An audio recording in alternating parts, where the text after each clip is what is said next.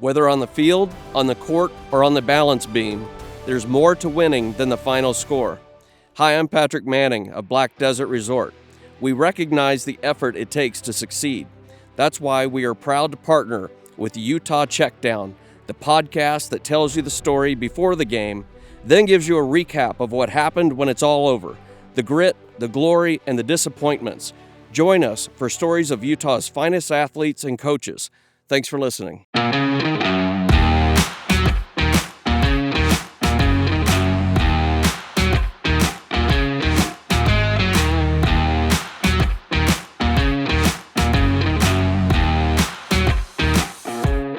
You're listening to the Utah Checkdown Podcast. And now your host, Josh Furlong.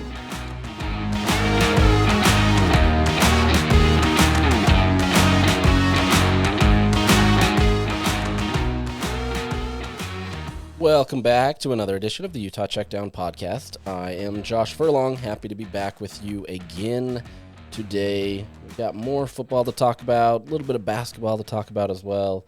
It's a busy day, so let's jump right into it. But first, let me tell you about our partners, Black Desert. Black Desert Resort isn't just your home, it's an endless retreat where life is played your way, from intimate studios to spacious four-bedroom suites. The raw beauty of southern Utah is your new backyard. Discover its championship golf course, exquisite dining, and world-class outdoor adventures, all yours to conquer.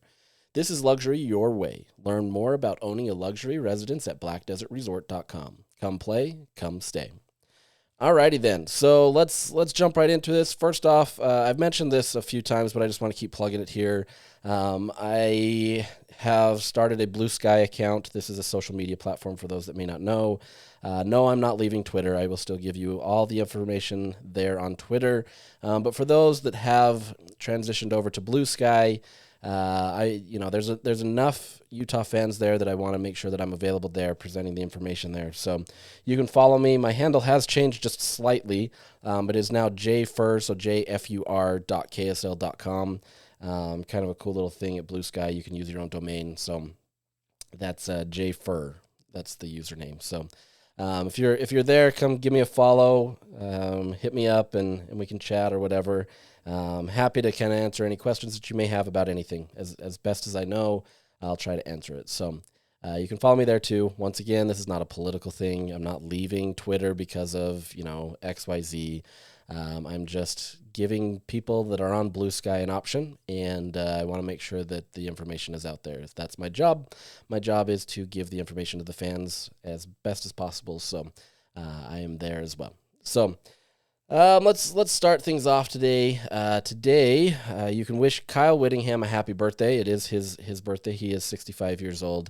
So it's not something that he likes to talk about much. He very much so does not want to be in the spotlight with birthdays or anything that way. This is that magic number that he's always talked about as kind of, at least early on, he talked about he didn't want to coach past 65. So that becomes a big question as to, his tenure and where he's at. He's coached for 20 seasons at Utah as the head coach, obviously more than that as an assistant and all that other stuff. So, but this is kind of that time. And I asked him this week about it. I didn't expect to get, an answer like, yep, I'm hanging it up after this year, or no, I'm continuing. He's never, he's I don't want to say calculated, but he is calculated, but he's not going to give it out at a press conference like that. So I did ask him, so I want to play that audio for you just to kind of hear what he says, and we can kind of discuss.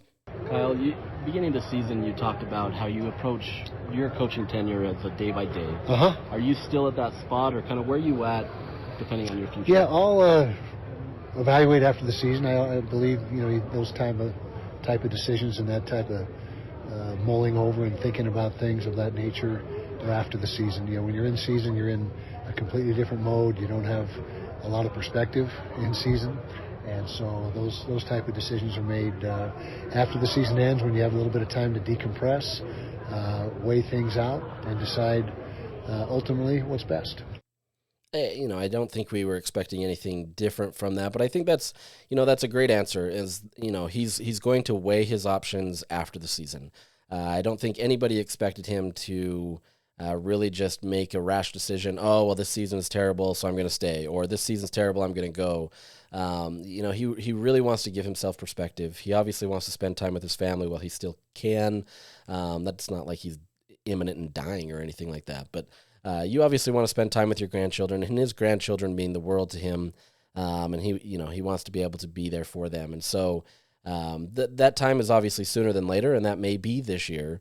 But he's going to evaluate that, kind of get the season's perspective, get the whole perspective. Obviously, he's having more talks about his future, right? I don't think this is any surprise to anybody.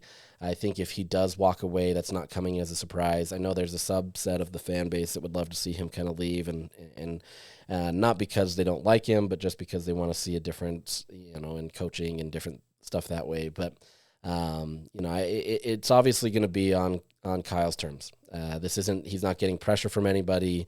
Obviously, he's trying to give more of the workload to Morgan Scally. Not that he turns it over to him, in a season's role, but he's trying to acclimate him to become the head coach, right? Like, he is the head coach in waiting, but for years he's been acclimating him to that position where, he'll share some responsibilities or do things that are behind the scenes that maybe are reserved for a head coach that are going to Scally. And this transition becomes much smoother that way when you know who your guy is, right? And Morgan Scally has a ton of respect in that room. Everybody loves him. He respects everybody. He wants to make sure that that everybody's taken care of. He wants to bring a different style to Utah to some extent, but this is very much so kind of a continuation of the culture when that time comes. There will be changes in how things are operated and stuff that way, just as you would expect. So it's not going to be all the same as what Kyle operates. But this is that transitionary period is close, and it doesn't. We're not entirely sure if it'll happen now. I don't even know if Kyle honestly knows. I know, like I said, he's had those conversations and he's been talking more about his future outside of football. But it's real easy for him to come back and say, let's give it another round and let's keep it going. I would be surprised if he continues much longer, but you never really know. So that's that extent. If you see Kyle, go wish him a happy birthday. I can't imagine many of you are on a name-to-name basis with Kyle where you're doing that, but he'll probably run away from you if that's the case. He doesn't like talking about his birthday. So moving on, this Saturday is senior night. Obviously, there's a game that it's important, and we'll get into that as we discuss kind of a breakdown of Iowa State, ranked number 22 in the country. But this is senior night, and as I mentioned on Monday, there's going to be a large body of people that are graduating or being represented. Kyle estimated somewhere around 25. I think that number is still kind of in flux. I think right about now it's probably getting closer. I wouldn't be surprised as I'm doing this podcast, we get a tweet that shows who's walking. We talked to Keanu Tenavasa. He's not a senior, but he has the opportunity that he could leave if he wants.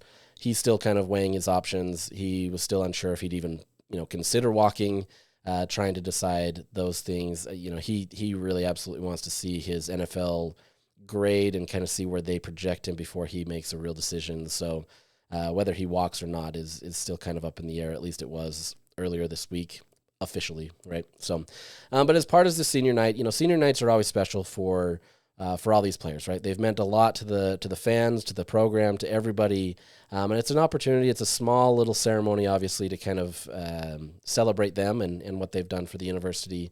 But this year is a little bit different, and it's different in the sense that Ty Jordan and Aaron Lowe, who would have been seniors this year, will be honored as part of this. And obviously there has been a lot of honoring and celebrating these two individuals who have passed. But this becomes kind of it adds more emotion to the day just simply because of who these guys are and what they meant to the program. And so I got a chance to ask Junior Tafuna and Sharice Shaw some questions about that, and kind of, I want you to hear their emotions, because this isn't just, two people, right? This isn't just some people that you casually don't think about. These people meant a lot to the team, and you'll hear it in their voice and kind of how they approach it. But I think it kind of really portrays, who these individuals are for the team and kind of how it goes. And anybody that's followed the team obviously understands that, but I want you to kind of get an insight look on kind of how they approach it. So this first one is Junior and kind of talking about him, and then we'll go with Sharif. The team's honoring Aaron and Ty as part of that. What does that mean to you just to be able to have them being honored in that same time? Man, I'm grateful and I'm humbled, and just because I'm still living and breathing, and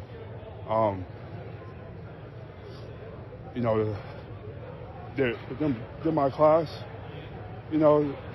All of us. After this year, no one's gonna know who they are, and so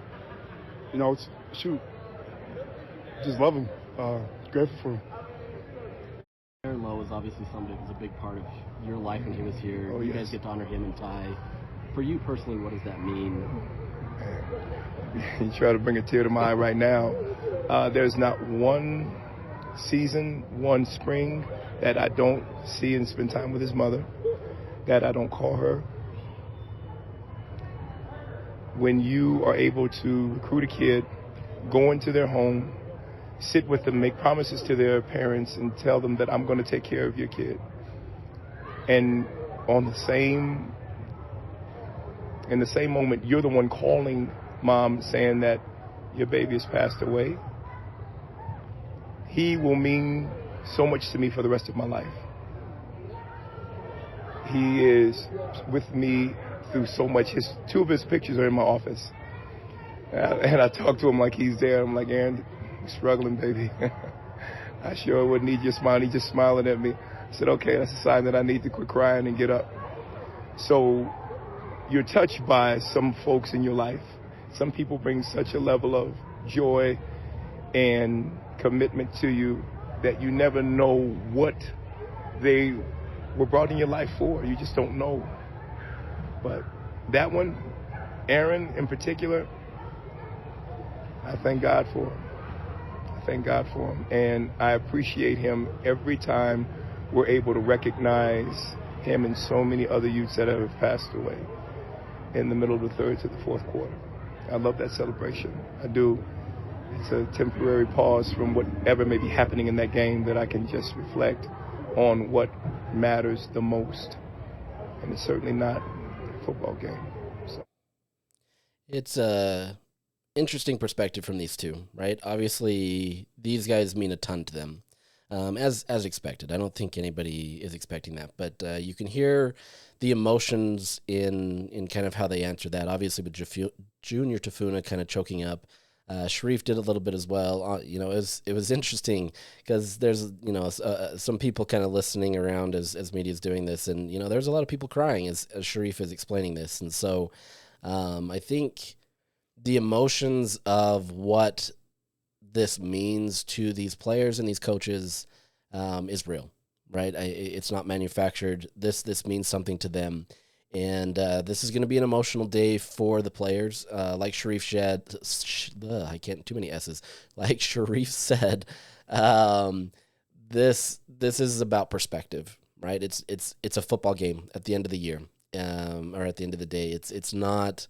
There's more important things in life, and these guys are doing everything that they possibly can to compete and doing everything they possibly can to be the very best that they can. But at the end of the day, it's just a game, and so this is where it's different for how this game is played, right? Like Utah very well will probably lose this game on Saturday. Maybe not, right? I mean, I think there are opportunities there, but this is a tough team. But at the end of the day, it's more about recognizing all of these people that have put in the hard work, and they're doing their job to be able to continue, right? There's, I want to give you something from Sharif in a little bit that kind of furthers this, but this is where it shows your character in life, right? It'd be easy for a lot of players to just say, you know what, we're on a 6-game losing streak. I'm done, and can't. And there's some people that do that, but that's the same with life, right? Like you either quit a job or you quit something that's hard. And I think this is what shows the character of these players. And this is what Kyle Whittingham, when he looks back on it, the wins and losses are important, right? Like, don't get me wrong, getting to the Rose Bowl or winning the Sugar Bowl or the Fiesta Bowl or different things like that, those are going to be top moments in his life. And those are going to be something that he remembers forever, right? But at the end of the day, if you talk to these coaches especially, the things that matter the most to them is about seeing these guys and their character, right? Is seeing how they deal with adversity and seeing how they overcome this stuff. And obviously the winning makes it so much better, but you're seeing kind of how they develop as human beings. Most of the time you're getting these kids, sometimes 17, you're getting them mostly at 18, some at other ages because of the transfer portal and other stuff. But it's watching the maturation of these players, and not just in their sport, but also in kind of who they are as individuals.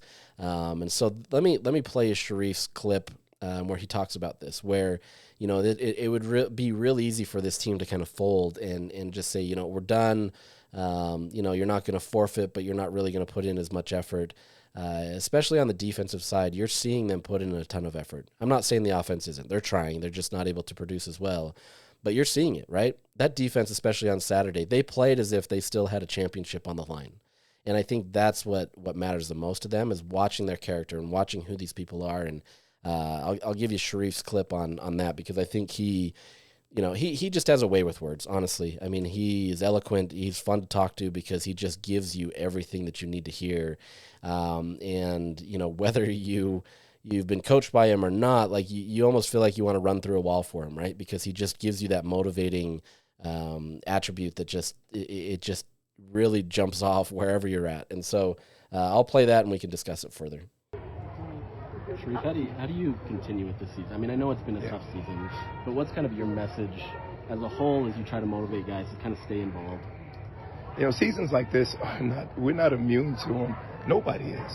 And when you go through this, you recognize that the connection that you have with kids is what pulls you out of it. It's what continues to have a ball player come into your office, into your particular room and says, "Coach, why are you smiling?" "Why would I be sad?" "Baby, I don't have time to be sad about this. I can't change anything that happened in that game. Let's get better, and let's see if we could at least get a little bit better so it doesn't continue to happen." "Well, Coach, it keeps happening, and what?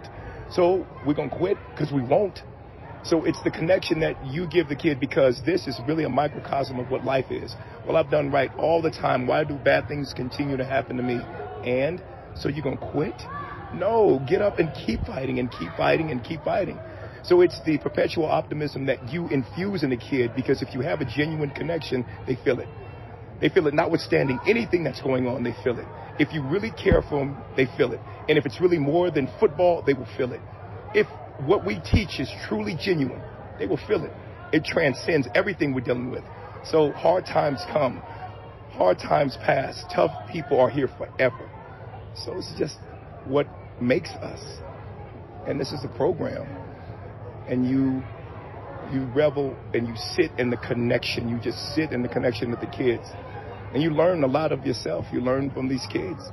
And it's fantastic, notwithstanding the pain that we're going through. I learn a lot about who I am. Adversity reveals a lot of your character. And I like to see who I am in different shades. I like to see who the kids that I recruited, who they become when we're really hurting. And you're amazed that these babies are a lot more genuine, sincere, and loving than you ever thought that they would be. And you learn that in these moments. You gotta love that, right? Like you have to see what you're made of in these moments, right? And I think that's exactly what you're seeing from a lot of these players this year. It's really easy to feel good about yourself when you're 10-0 and everything is going well, and you're en route to a Big 12 championship and the playoffs, and everything's going well that way, right? I mean, it's easy to feel good about yourself and work harder and do those things because it feels like it matters on the field, right? The reality is life is more like what this season is for Utah. There's a lot of ups and downs, and look, I'm not going to get philosophical here, right? Like, that's not my job. But I think that's the nature of this, right? It's easy to be able to have these moments where, you have the tough moments, and you have to figure out how to answer those. I guarantee you, I as a kid, I remember thinking like, oh man, I can't wait to be an adult. It's going to be so much easier for X, Y, Z. And then you become an adult, and you want to be a kid again because it was just so much easier. It was so much, freedom, and you felt like you could do what you want. But the reality is like you can't escape life's adversity, right? And I think this season has taught us more than anything. It's easy to sit here and say, as I've mentioned before, this is entertainment, right? And you as an individual, where you're going through your own adversity of life, you want to come in and turn on the TV, or you want to go into Rice-Eccles Stadium, or if you're traveling with the team, you want to be able to see there and just have that moment where you relax, right? Where you can just kind of erase the noise that's going on around you and just celebrate with your fellow peers in your favorite team. That's the tough thing for you as a fan, but it's even tougher for these guys, right? They're the ones that have to live it. At the end of the day, you can go home and you're gonna sleep poorly, or you're gonna be frustrated, and you say, if this wouldn't have happened or that wouldn't have happened. These are the guys that are having to deal with it on a day-to-day basis, right? Yes, it is entertainment, but at the same time, this means something to them. It's about life lessons. One of my favorite things about having my children personally into sports is it teaches them life lessons, and it teaches them how to deal with stuff. My kids especially, they're big into baseball, and they've picked a sport where you fail more than you succeed. Absolutely. This is not a sport where, people are celebrating you a ton just simply because you strike out a ton. There's different things where the game just goes against you. And so it's a great life lesson to teach you that not everything, goes your way. And you're going to be on teams that lose. You're going to be in a game where you have a slump. Things are going to happen. But at the end of the day, it's about how you come together as a team and about how you work and kind of persevere. That's exactly where this team is at, right? There's no question that this team is still capable of being a championship contending team, right? This wasn't, the media and the fans, none of us were hoodwinked by this in the sense that, they put out this team that looked like it was going to be good and then it wasn't. The framework is still there. The talent is still there. The problem is, it kind of snowballed when Cam went down and everything kind of changed from there, right? We've gone over that. But the reality is these guys are persevering. They're trying. They're trying to get a bowl game as much as they can. And it's easy for me to sit here and say, nobody wants a bowl game. It doesn't even matter anyway. So many people will opt out. That's not the point.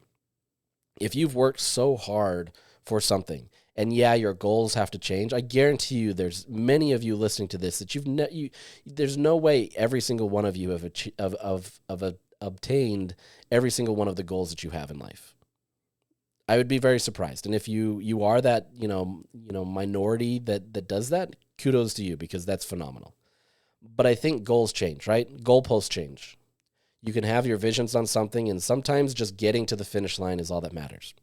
That's kind of where this Utah team is at, right? As much as, a bowl opportunity is probably not in the cards, this is still a team that is fighting for it. They're doing their best to be able to do it, and they want to be able to obtain that. And if you get a win this week, then you're fighting even harder next week to get that, because you want to do it. You want to respect the seniors. You want to respect the process, so to speak. I know those become kind of cliche phrases, but they mean something to these people, right? They mean something to them, where you and I can, turn off the game or go away, or, I can finish writing my story and then kind of go home and do what I need to. This is life for them. And it's a short time, and, they're going to continue to fight through it and persevere. And you got exactly from Sharif Shah and kind of what he's looking for from these guys. He can still have a smile after losing 6 straight. And I guarantee you he still does. Kyle Whittingham comes in every Monday and he still makes a joke, right? It would be real easy for him to get even grumpier every week and say, you know what, don't talk to me, and just be really, really down. And there are people that do that. But you have to kind of pick yourself up and kind of focus, because if you bring that negative energy in, it's just going to translate to the rest of your team. It's going to translate to everything, and it's just not going to work, right? You have to erase those things. You have to get over it. At the end of the day, you wake up and it's a new day, right? And you can choose to do it. Like I said, I wasn't trying to get all philosophical here and trying to get all this stuff in, but I think that's an important lesson as part of this sports, right? It is entertainment, but there's so much value to sports. And that's why I will always say, that sports matters in life. People want to sit here and say that, you could do away with sports and it doesn't really impact anything in life. And I would argue that that's completely wrong. Sports means something because it is a microcosm of life, and it helps us kind of cope. Maybe that's the right word with what's going on. It helps us to be able to develop friendships and build bonds and work together. Everybody needs a support system, whether that's in sports, whether that's in life. Maybe you have a religion that you rely on. Those types of things all are important. And I think you see that in life. So I don't want to dwell on that too much. Obviously, we have other things to talk about. And before we kind of jump into scouting Iowa State a little bit, kind of want to jump into the basketball side of things, because there was kind of a big news that happened this week. We were at the media was at the football facility, waiting to talk to Kyle Whittingham and the players on Tuesday night, as we always do. And as we're sitting there, there was the staff was waiting to see our reaction because they were going to tweet that Lynne Roberts had accepted a head coaching position for the LA Sparks. This is in the WNBA. Lynne Roberts, obviously the women's basketball coach, if you're not familiar. She accepted that head coaching position. And I know that becomes kind of a weird thing. She's only coached 4 games this season. And I know some people are like, this is weird timing. Why would she do it right now? The reality is the WNBA works on a very different schedule than most other sports. A lot of people kind of follow it in like a school system, right? You start in the fall, kind of go through the spring, and then the summer period. There's not a lot. I mean, soccer's going on in the summer, but for the most part, there's not really much happening in there outside of some other sports, right? Olympics or whatever that may be. The WNBA, however, is kind of flipped that, right? So once the NBA season ends, the WNBA season essentially begins. And so for some of these athletes in college, when they get drafted, it's usually in April. They get drafted in April, and then they're immediately playing like 2 weeks later in the season.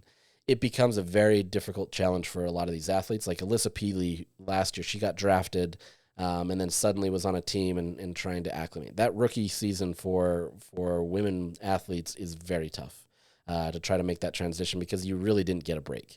And so it becomes a challenge. For coaching, obviously, like the season is over for them. And so now you've got to kind of build your product out, right? She went to the LA Sparks. It's her hometown area. She wanted to coach her team. I mean, this is a phenomenal opportunity for her. And as much as she wanted to be at Utah and never really had a desire to leave, this was an opportunity too good to pass up. And so she had to, not had to, but she decided to take it. And now she gets the responsibility of kind of filling out, not the roster because it's pretty much full, but they are going to have the number 2 overall pick in the upcoming WNBA draft. So you've got some things to build on. You've got some things to work on and kind of get acclimated into before the season starts. That's just the nature of the business. And it's unfortunate for Utah because Lynne was a phenomenal hire, right? Once she got it clicking, everything started to go in great order. Like, she finally got her recruiting class that hit. It was Gianna Neepkins, Jenna Johnson, Kennedy McQueen, and then she's continued to build from that. And now you can see kind of how she's developed this, where she's now just had some of her best recruiting class that she's ever had. She gets L.A. Snead, who is the highest recruit she's ever had that's in this upcoming class for next year. You've got a team that absolutely can compete for a deep run in the NCAA tournament. This is, she's set it up extremely well. But more importantly, she's created a system around her. Maybe you could say similar to kind of how Kyle Whittingham has done it, of building up a culture and the coaching staff that is kind of in unison. And so Gavin Peterson, who has been her right-hand man, he's been the associate head coach. He takes over, not on an interim basis. He's actually been named the head coach. So he takes over. He'll have an intro press conference tomorrow. He is the right person for the job. From all the interactions that I've had from him, he follows the system very well. He's going to be different to an extent, right? But the players love him. They respect him. The coaching staff loves him. This is going to be a great move for them. You just have to hope that he can continue that I don't want to call it legacy, but the trajectory, there you go, of what Lynne Roberts had developed, because she was really on an upward climb. He's a great recruiter. He helped bring in a lot of these athletes that have committed. There's other ones out there that, Utah's in the mix for, and he's been a part of that, as well as a lot of his coaching staff. But this is this is going to be interesting to see. We get a real-time look at how he's going to perform immediately, because he will take over, starting on Friday when they have their first game with him as the head coach. So really curious to see how it goes. I don't think it's going to be too different. The players are all the same. They still have the same operation. He is well-versed in it. He's been with the University of Utah for 10 seasons. He's been Lynne's associate head coach, I believe, for 6 or 7 seasons. I can't remember exactly. But it's a well-oiled machine right now, and things are going well, excuse me. So, this will mean change for Utah, obviously, and it's going to be a tough challenge because Lynne was the perfect figurehead for this role, right? She was a great coach, but more importantly, she knew how to kind of get support. She knew how to build the program, and the success that you're seeing from the women's basketball team right now is largely because of her, because she's done everything she can to bring attention there, right? When people weren't talking about a women's basketball team, especially on a season where they only won 6 games, she was still fighting to get people to come talk about it. She was still fighting to get people to come into the stadium, wanting to get season tickets and wanting to get people in those doors, because she understands the importance of women's sports, right? Gavin understands it as well, but as a woman, she understands it more than anybody. She wants to see this grow, and you're seeing an explosion of women's athletics, especially in basketball lately, volleyball and softball and all these other things. It's growing, but basketball has a big hand in it. And you can say Caitlin Clark is part of that. And yes, 100% she is. She has transformed the game of basketball for women's athletics tremendously, right? But it's other people like a Lynne Roberts who have done it in their own individual sphere, and you need to continue to grow that. Gavin, by all means, he's going to be that same person, right? He's going to continue to push. I'm curious to see how he develops that and how vocal he becomes and kind of what his philosophies are and how this team is approached. But the coaching style and everything, it's very similar. You're not getting a huge drop-off, but I'm curious to kind of see how it goes. So, they do play at home on Friday. It's a doubleheader with the men. The men play first, I believe, starting at 3:30, and then they have the late game. So you'll get two games if you decide to go to that. But this is a team that's worth watching. Both of these programs, I think there's a lot of optimism around the women, obviously, with what they've done the last few years. But I think with the men as well, with their connection, kind of what they're able to do, there's a lot of optimism about what these two teams can be. And so, the women are on a different plane right now just because they've had more consistency and everything's been going on. But I think the men's team as well, you've got a lot going in its favor, and they're fun to watch. They have a lot of shooters. They love the 3 points, and they've shown that they can do more if they can't hit the 3-pointers, but that's still a big part of the game. But it should be a fun season for both of these teams, and we'll talk about them more as the season develops and obviously as football transitions out. So let's finish with Iowa State, kind of scouting them. For anybody that's been following along, Iowa State has a great season. They started off the season 8-0 and have ended up dropping their last, or not. They haven't dropped their last 2 games, but they did drop 2 games and they won last week. But this is a team that it's well balanced. They've got a great offense. They've got a great defense. There's not a lot of problems with this team. And it's going to be a tall task to be able to beat them. So the last time these two teams met was obviously as a non-conference game, but it was back in October 9th, 2010. If you remember right, that was the Jordan win going off and just absolutely obliterating this team. They beat them 68-27 in Ames, Iowa. So it was quite the coming out party, so to speak, for Jordan Wynn, and everything was going well for them at that time. Completely different circumstances right now, right? This meeting, it's going to be a 5:30 kick, and it'll be on Fox, so you get the big show. But you're going to get a fun environment. Obviously, senior night, as I've mentioned, it's going to be a tall challenge for Utah.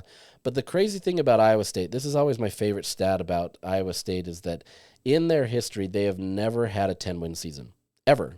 Like, they've gotten to 9 wins several times, but for whatever reason, that 10th win eludes them a ton. And so if Utah can get a win this Saturday, they absolutely play spoiler again to that. So if Iowa State wins this week, there's a high likelihood that they can get 10 wins. I think their schedule lays up well, obviously with one more game that they can do it. But it would be interesting to kind of see them play spoiler to this. I feel like the last 3 weeks, Utah's been in that spoiler role to some extent, obviously with BYU and an undefeated season at the time. And then Colorado, as they've become one of kind of the top teams in the Big 12 in their path to the Big 12 championship. Utah could have spoiled that opportunity. But now you have a chance to spoil Iowa State, not just for the 10-win season, but they're still in the mix for a Big 12 title. If BYU loses or Colorado loses, this absolutely opens up the door for Iowa State to get in there. So this is going to be a tall task for Utah because Iowa State's got a lot riding on this game, especially against a tough defense. Iowa State's going to be prepared to go into this for battle, and so it's going to be a fun game. We'll see that. So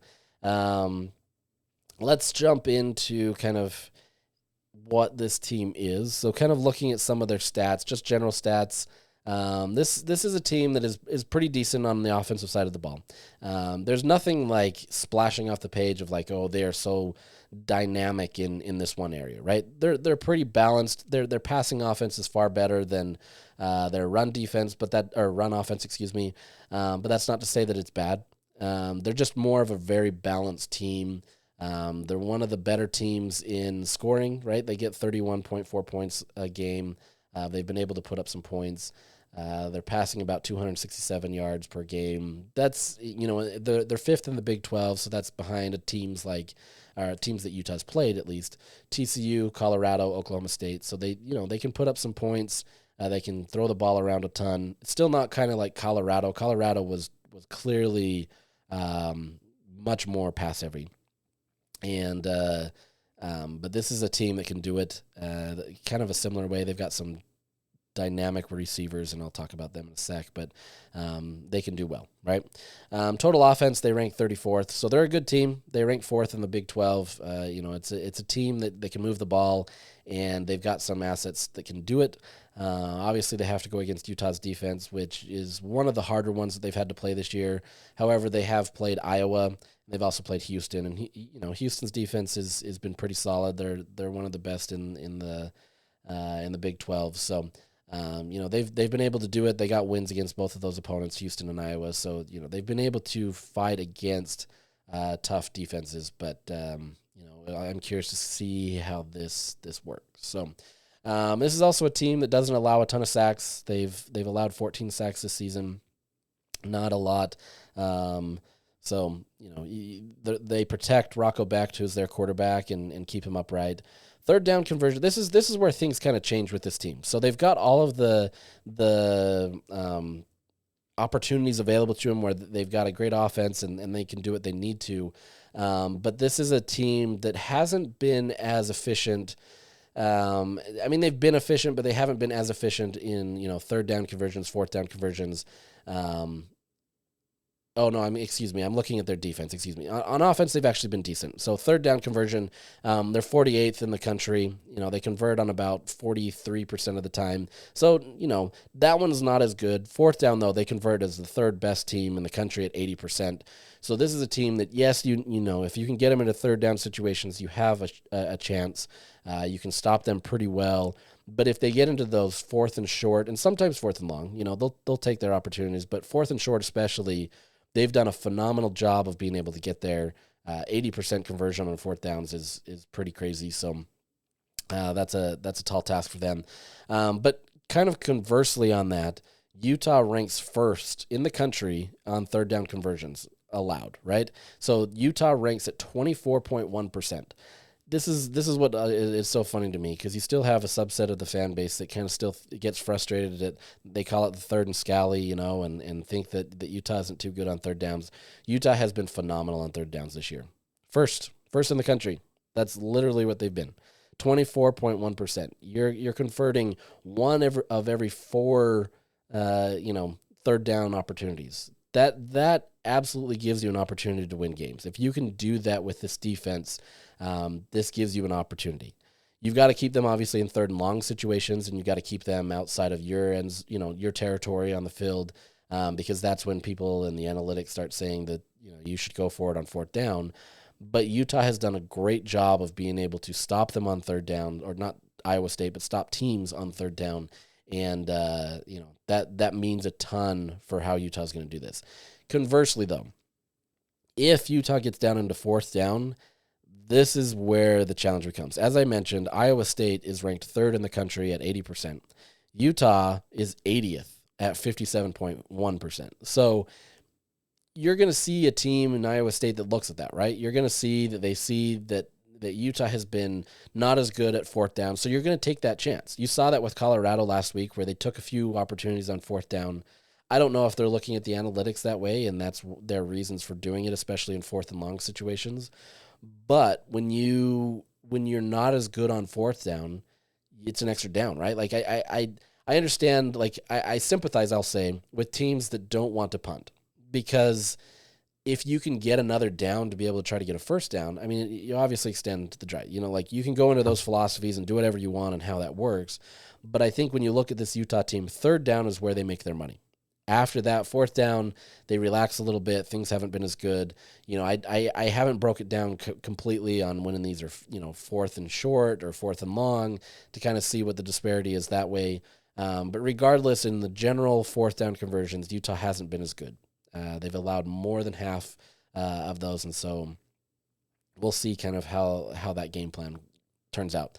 Then moving into the red zone, this offense has been pretty efficient. They're 25th in the country. More importantly, though, they've scored on 90.5, so 90.5 of all of their trips into the red zone. That's wild. Like, they're one of the best teams in the country at being able to do that. And it's not just all field goals, right? 64% has been touchdowns. That's an impressive feat. So this offense, if they get into the red zone, they very likely are going to score. And yes, they'll get some field goals, and Utah's done a phenomenal job of holding teams to field goals. Utah ranks 33rd in the country, limiting teams to 78.3%, 47.8% as touchdowns. So when Utah gets teams into the red zone, by and large, they have held them to field goals mostly. But you still don't want to give them the opportunity. Obviously, anytime you get into the red zone, that becomes dangerous territory, and the chance of scoring is just so much higher, whether it be field goals or touchdowns. So this is an offense, as I mentioned, that is pretty good, right? Like, they're a well-oiled machine. They're balanced. They have exactly what they need to be able to be effective, and they can move the ball. Now, defensively, this is also a team that has been pretty solid. And by solid, I mean, like, they've been one of the best in the country. Scoring defense, they ranked 18th in the country. They only allow 18.6 points. Passing defense, they're third in the country, allowing only 153.4 yards.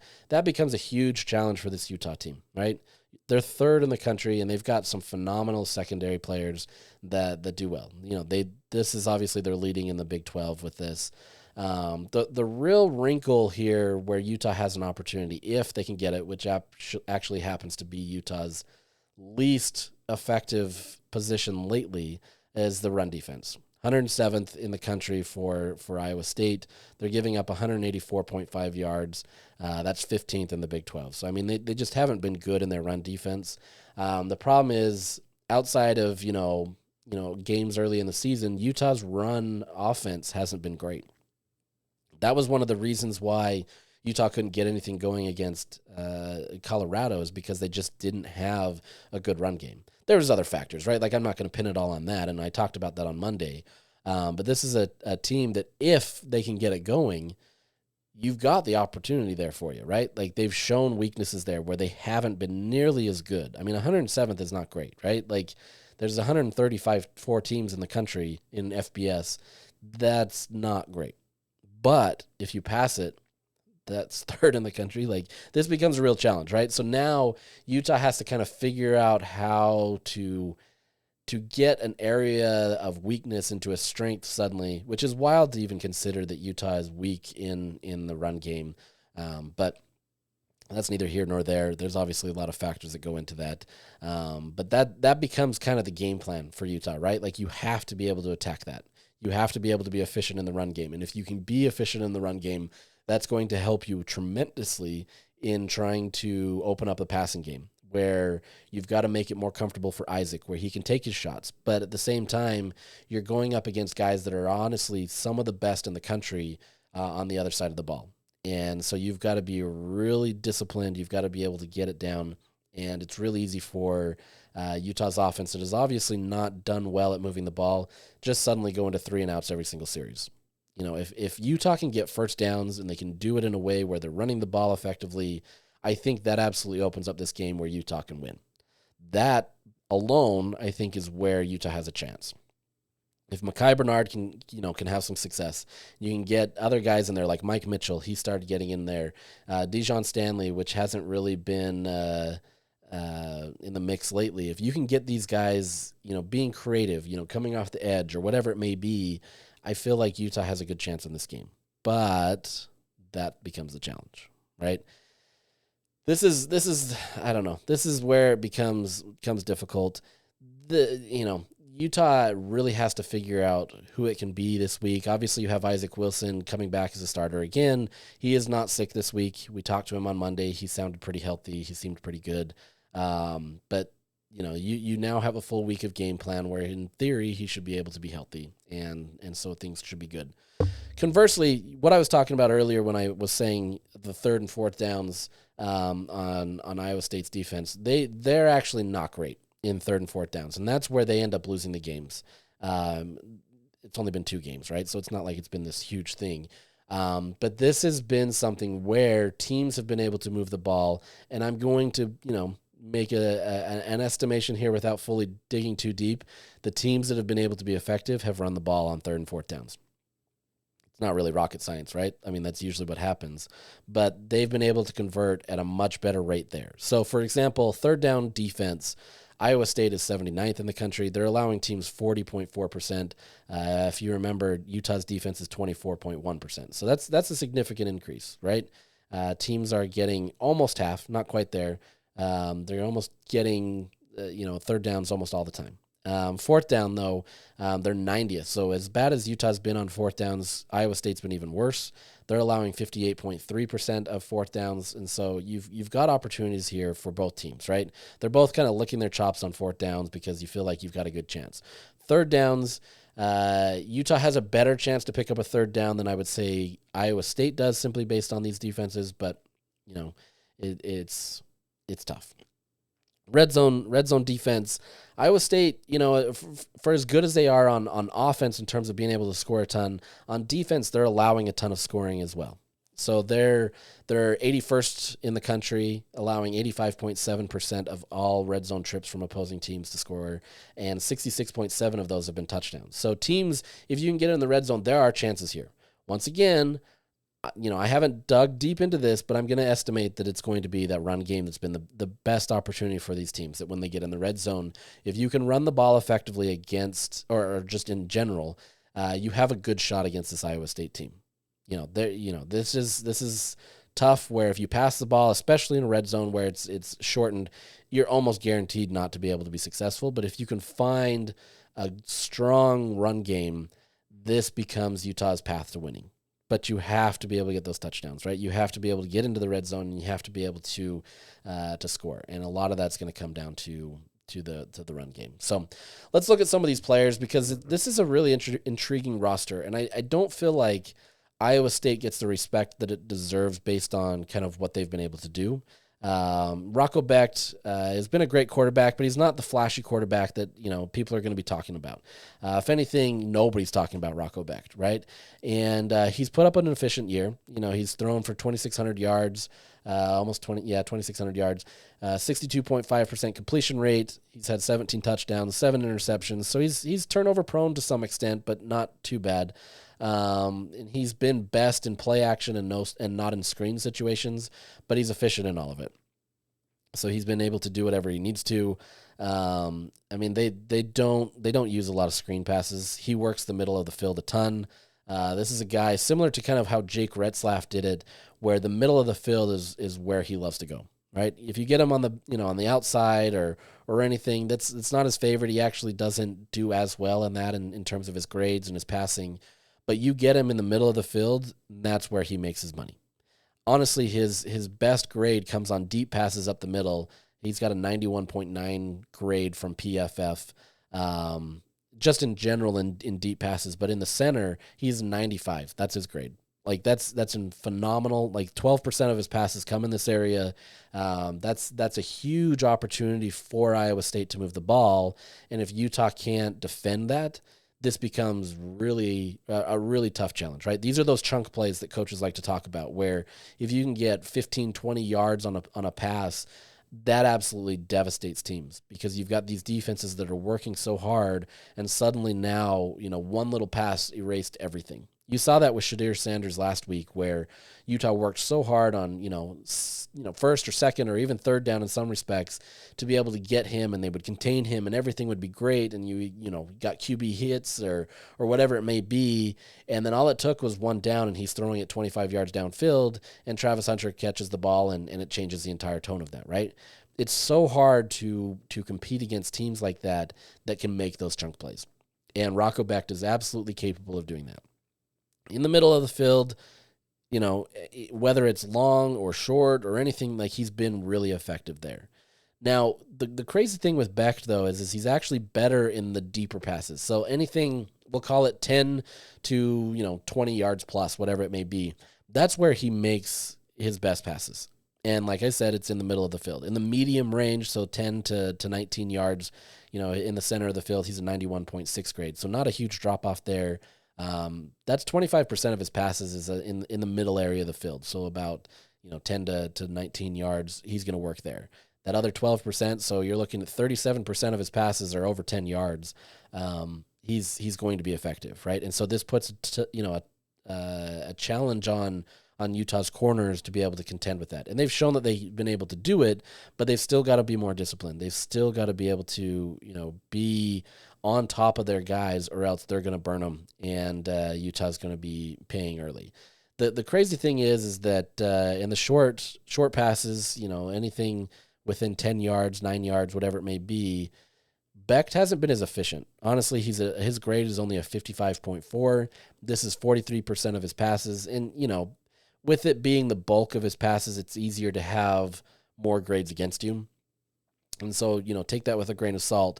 But just know that this is a quarterback that he can work efficiently in the chunk yardage, and he will do it, and he's effective at it. So you got to respect him. He can run the ball. I think if I remember right, he only has like 210 yards rushing. So it's not a ton. He can run it. He'll try to scramble out for touchdowns or whatever that may be. But for the most part, he works in the pocket. He's going to stay there, and as long as Utah can contain him, they can get to him, but they also don't allow a lot of sacks. And so an efficient offensive line that does exactly what they need to, and he's efficient with the ball and getting it downfield, especially in those chunk play scenarios, like I said. So the real thing on offense for this team, though, is their two-headed wide receiver monster, and it's Jalen Noel and Jaden Higgins. These two have been phenomenal this season. Noel has 935 yards and 5 touchdowns. He's averaging about 16.7 yards per catch. He is their leading receiver. He has the second best grade in PFF. The only one that has a better grade than him is his counterpart, and that's Jaden Higgins, who has 860 yards, 7 touchdowns, and he's averaging about 12.6, 12.7 as the team's second leading rusher.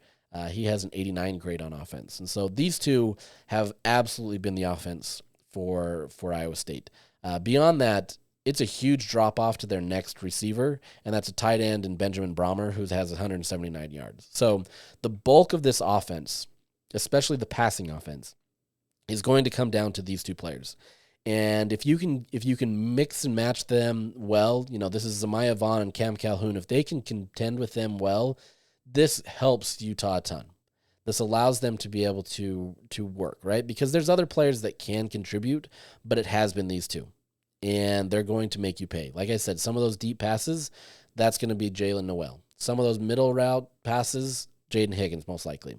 These are guys that are going to be able to do their work. Now, they're both capable of all of that stuff, right? But These two you absolutely have to respect. If I remember right, Jalen Noel was on a ballot that I had for the Blitknoff winner. He's absolutely in contention for that. He's doing a phenomenal job and absolutely worthy of being a semifinalist for the Blitknoff and everything there. So tough test there to be able to contend with that. But Utah's faced teams like this before, right? And I think Utah, when they do play in that man coverage, not get into that soft zone or any of the zone coverage, they usually do better in these scenarios. They're not having to worry about anybody else in that regard. You've got these two. That's not to say other players can't beat you, but if you can go toe-to-toe with these two, you're probably in a good spot. Now, their run game, it's been efficient, right? It's been efficient, but it hasn't been kind of the staple of this offense. Last year, Abu Sama, the third, he kind of exploded a little bit late in the scene. If I remember right, he had one of his best games against BYU.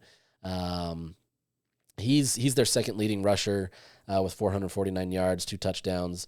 Their leading rusher right now is Carson Hansen. He's a sophomore at 503 yards and 9 touchdowns. But all of these guys, you have a third guy, Jalen Jackson. He's a senior. He has 341 yards and 2 touchdowns. All of them are averaging about 5 yards per carry. That's exactly what you need. That makes it efficient. So even though it hasn't been the staple of this offense, it's still an efficient one, right? And if Utah can contend with them, they're fine, but they're going to have to play on a lot of those wide receivers that I talked about, those two, Higgins and Noel that are going to be the challenge. But they have an efficient run game where you have to, respect both of it. And so, like I said, a balanced offense. Their passing offense is far better, but it's still balanced in the sense that you can be effective in both regards. Now, where this team, honestly, I don't want to say makes its money because the offense has been great, but I think where this team really shines is in the defensive secondary. This has been a phenomenal unit. Darian Porter, he's a corner. Jontez Williams, he's also a corner. These two, they have high grades. Porter has an 83.6 grade. Williams has an 81.9 grade, and it's been great for them. Porter, honestly, he's got an NFL rating of 5, or NFL pass rating of 5. Teams just don't succeed against him. So, tough challenge. These guys are going to be effective. They're going to do their job. But that's essentially it. If you can get past them, you're going to be okay. And we'll see what happens, but it should be a tall task for Utah, and we'll see kind of how it goes. But we'll sign off today and call it a day. We'll come back again Monday and chat about all things Utah football and continue on with that. So for another week, we will have fun. We'll see what happens. So have a good week.